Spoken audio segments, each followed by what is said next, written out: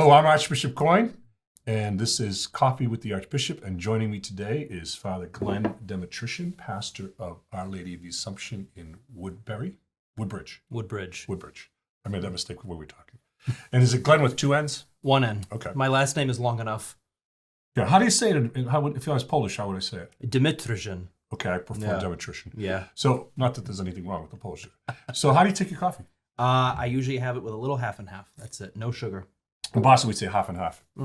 So we say half and half. And so Father Glen is not only a great pastor, a great parish, but he's also the coordinator of our pro-life ministry within the Archdiocese. And so I thought I'd bring him in so we could talk a little bit about some of the work. But how's the parish going? Parish is going good. Forming disciples. We're building our community, increasing our prayer, and showing Christ's love. So I get your weekly newsletter. Oh, you do? Kind of go through it. Yeah. Is that your weekly penance? No, but I go through it. I keep saying there's a problem with this pic. It doesn't have any pictures of me in it. That's the problem. It's got all about me. So we could get over that. Got a lot of pictures of you. Well, it should because you're the pastor. I guess so. Maybe that would be my Lenten resolution: humility. That's a big resolution. Big resolution. So, along with all the work that you're doing in the parish in a very busy place, you work with others. It's like 6 or 7 others that kind of help you coordinate the pro-life work within the Archdiocese of Hartford. What would you say, kind of like just like on a scale of what are the things that, going from like the large events to the smaller events and then just the general events that we do all year round? Yeah, so the Respect Life Office is an arm of the Archdiocese to promote the gospel of life, right, which is, of course, the gospel of Christ. So we go into the real core of who Jesus is and what he did in his public ministry, which was the restoration of the human person. And then by virtue of that, the promotion and safeguarding of human dignity and life. So the office runs under that, I would say, perhaps mission. And then from that, we have our public witness to life, and that's through our ongoing catechesis and education. We do 8 days of education. We also bring in speakers to all of our pro-life representatives in each respective parish. And then from that, we go to schools, we go to parishes for kind of ground level outreach. But then the overarching theme is we promote, in conjunction, of course, with the Archdiocese, the cause for life and human dignity from the very moment of conception until natural death and everything in between. And that's really an important part of the Respect Life Office as well, is the safeguarding of human dignity to show that this is not just a one issue, but it's rather a complexity of issues. And when you form it together, you see the composite of human dignity and life. Yeah, I mean, Connecticut isn't quite as bad as Vermont, in the sense that when I was in Vermont, they passed a constitutional amendment, basically putting into the Constitution a legal right to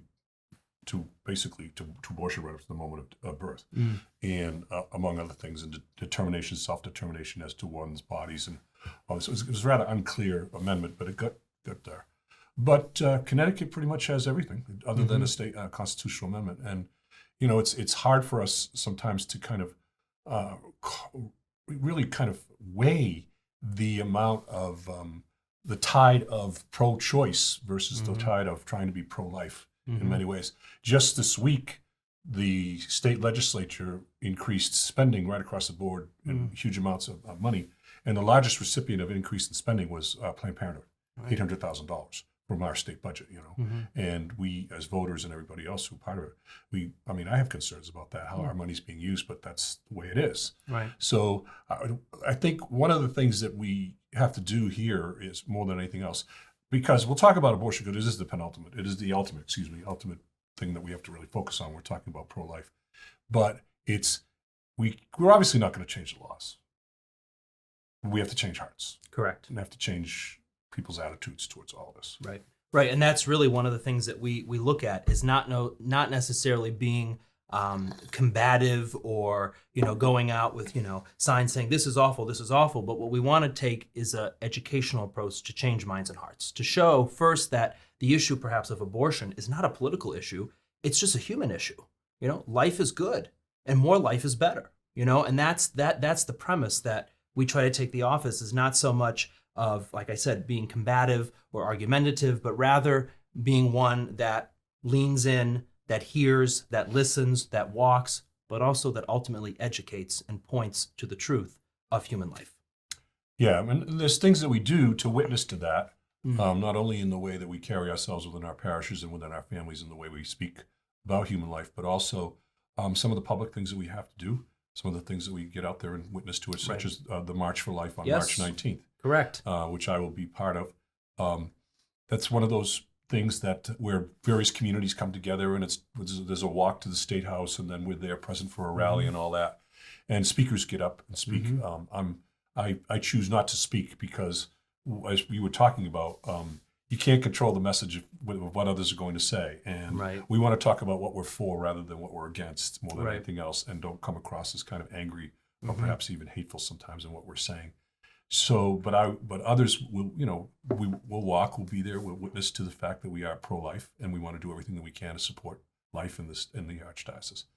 Then there's also we've had some people, some young people and others older go down to the March for Life in January as well. Right. And that's been coordinated by the Franciscan Sisters of the Holy Eucharist. Right. In Meriden, yes, they coordinate that. And on the marches, I'll just say, the March for Life, whether it be Washington D.C. or the March for Life here in Connecticut. And Wednesday, March 19th, if you're free, come down and join us. Starts at 1? 1 o'clock is the 12 o'clock is the rally, 1 o'clock is the march. But at 10:30 in the morning, we have a mass at the cathedral that I'll be celebrating. So, and that's going to gather all the people that have been from the Archdiocese. We're going to try to get them there to start the day in prayer, because ultimately, that's what the march is all about. It's a prayerful walk, right? This is not not combative. This is a very peaceful protest, yes, because we are walking for those who cannot walk for themselves. And that's really the beauty of the March for Life, is just the public witness. And, when we look about like what we do in terms of changing minds and hearts, the first thing we do is not necessarily what we say, but what we are representing, both first in our action and in our own persona, because we're always representing Christ, who is the Lord of life. So these March for Lives are wonderful opportunities where we just stand first, without even saying anything, in prayerful witness. Yeah, and it's also the Feast of St Joseph. Yes, and so which is a great our feast day. saint. Yes, for our Archdiocese, and yes. The Father, the adopted Father of our Lord Jesus Christ. So it's kind of a great icon there. It is. It really is. I appreciate the fact that we're doing it in March, because when I was in Vermont, it was always it was in January. Right, around. And there were marches in Montpelier that was you have to bring a shovel. Sub-zero. Yeah, you'll bring a shovel. Yeah, so it's much nicer. I'll even take the rain if we have a little bit of that here in March.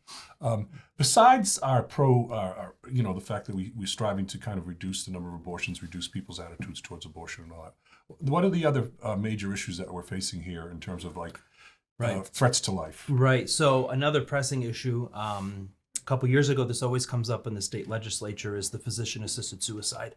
And we work very closely with the Connecticut Catholic Conference on that. Chris Healy really spearheads the campaign against that every year. Usually it bubbles up in the legislature, but then it gets enough opposition, both even from members of the state representatives and Senate, where it does get struck down. So that's always an issue that kind of percolates, but we're able to bring it back down. And that, of course, is a shame, because it does rob someone of these last days on earth prematurely. And physician-assisted suicide, as the Catechism teaches, is not permissible, because it puts us in control of a situation that God is ultimately in control of. Also, with the but also, oftentimes it's painted as being saying, well, then you want to have people suffer right to the very end. Right. And that's not the Church's teaching whatsoever. No. If somebody needs to have certain medications and things that will reduce their suffering, even if it may hasten the time of death down the road because of it, I can remember dealing with that with my own parents. The intention is to reduce suffering and not to bring about death. Right. And so it's not an either or. Right.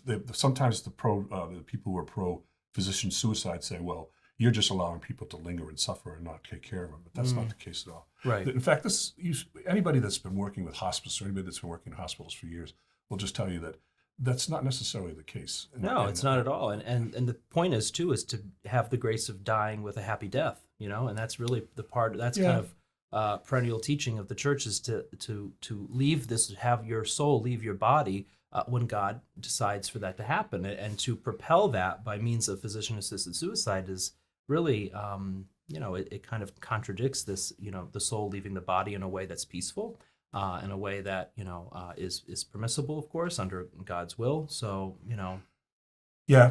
I mean, it's, you and I can talk in the abstract, but having gone through this with my parents and gone through this with other people, and you go through this with your parishioners, it's just walking with people through their lives, even to the moment of painful, not painful, but of moving into the next life. right. Exactly. We've run out of time, Okay. but I want to continue to thank you for your work in the parish, but also Thank your you. work as coordinator, director of pro-life ministries here in the Archdiocese. Thank you.